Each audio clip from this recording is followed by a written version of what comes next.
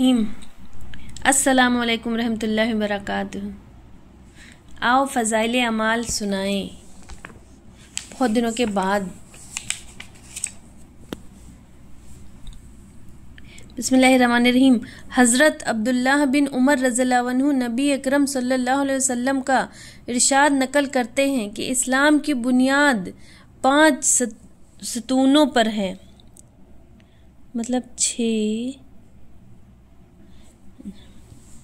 5 सतूनों पर है। सबसे अव्वल ला इलाहा इल्लल्लाह मुहम्मदुर रसूलुल्लाह की गवाही देना, यानी इस बात का इकरार करना कि अल्लाह के सिवा कोई माबूद नहीं और मोहम्मद सल्लल्लाहु अलैहि वसल्लम उसके बंदे और रसूल हैं।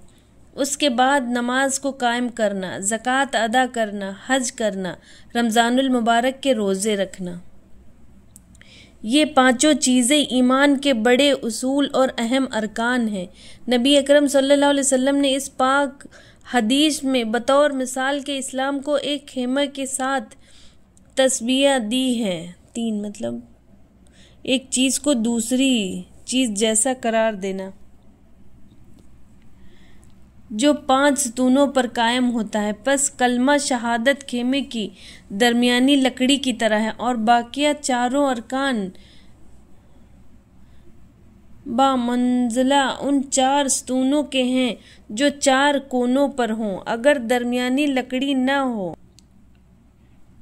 हो तो खेमा खड़ा हो ही नहीं सकता, और अगर ये लकड़ी मौजूद हो और चारों तरफ के कोनों में कोई सी लकड़ी ना हो तो खेमा तो कायम हो जाएगा, लेकिन जौन से कोने की लकड़ी नहीं होगी वो जानिब नाकिस और गिरी हुई होगी, मतलब अधूरा गिरी हुई होगी। इस पाक इरशाद के बाद समझने वाली बात है ये। बिस्मिल्लाह। हज़रत अबू ज़र रज़ियल्लाहु अन्हु फरमाते हैं कि एक मर्तबा नबी अकरम सल्लल्लाहु अलैहि वसल्लम सर्दी के मौसम में बाहर तशरीफ़ लाए और पत्ते दरख्तों पर से गिर रहे थे। आप सल्लल्लाहु अलैहि वसल्लम ने एक दरख्त की टहनी हाथ में ली, उसके पत्ते और भी गिरने लगे। आप सल्लल्लाहु अलैहि वसल्लम ने फरमाया, ऐ अबू ज़र, मुसलमान बंदा जब इखलास से अल्लाह के लिए नमाज पढ़ता है तो उससे उसके गुनाह ऐसे ही गिरते हैं जैसे ये पत्ते दरख्त से गिर रहे हैं। सुभान अल्लाह। सर्दी के मौसम में दरख्तों के पत्ते ऐसी कसरत से गिरते हैं कि बाज़ दरख्तों पर एक भी पत्ता नहीं रहता। नबी अकरम सल्लल्लाहु अलैहि वसल्लम का पाक इरशाद है कि इखलास से नमाज पढ़ने का असर भी यही है कि उसके सारे गुनाह माफ़ हो जाते हैं, एक भी नहीं रहता। सुभान अल्लाह। कितना अल्लाह पाक ने जो है, इंसान तौबा भी कर ले, अगर वो कितने भी गुनाह करे अल्लाह वो भी माफ़ फरमा देता है इसके रब्बुल आलमीन। अबू उस्मान रहमतुल्लाह अलैह कहते हैं कि मैं हज़रत सलमान रज़ियल्लाहु अन्हु के साथ एक दरख्त के नीचे था। उन्होंने उस दरख्त की एक खुश्क टहनी पकड़कर उसको हरकत दी जिससे उसके पत्ते गिर गए। फिर मुझे कहने लगे कि अबू उस्मान, तुमने मुझसे ये न पूछा कि मैंने ये क्यों किया। मैंने कहा, बता दीजिए क्यों किया।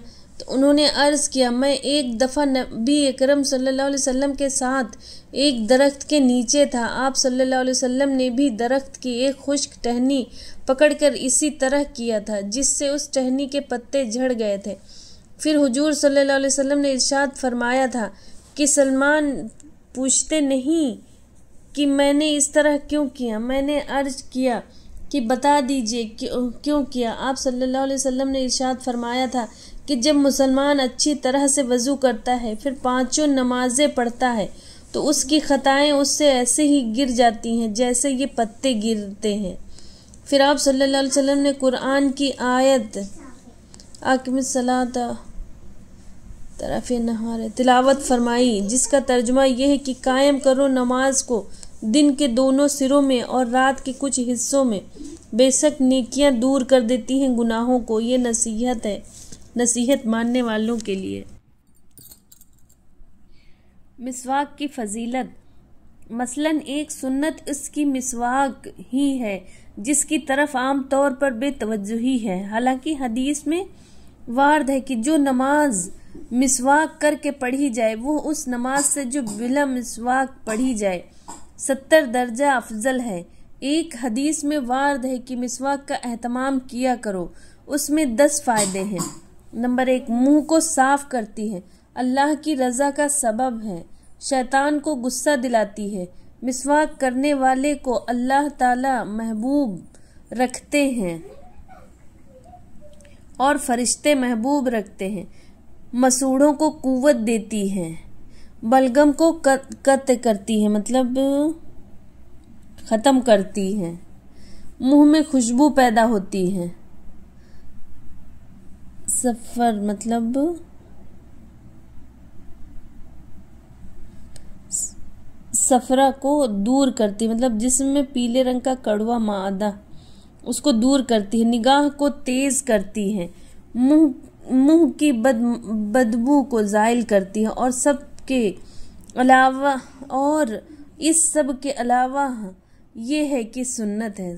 बेशक अल्लामा ने लिखा है कि मिसवाक के एहतमाम में 70 फ़ायदे हैं, जिनमें से एक ये है कि मरते वक्त कलमा शहादत पढ़ना नसीब होता है। सुभान अल्लाह, कितने फ़ायदे हैं मिसवाक के। तो हम लोग भी जो मिसवाक करके नमाज़ पढ़ने के अल्लाह हम सबको भी तौफीक अता फरमाए रब्बुल आलमीन इंशाअल्लाह। अस्सलामु अलैकुम रहमतुल्लाहि व बरकातुहू।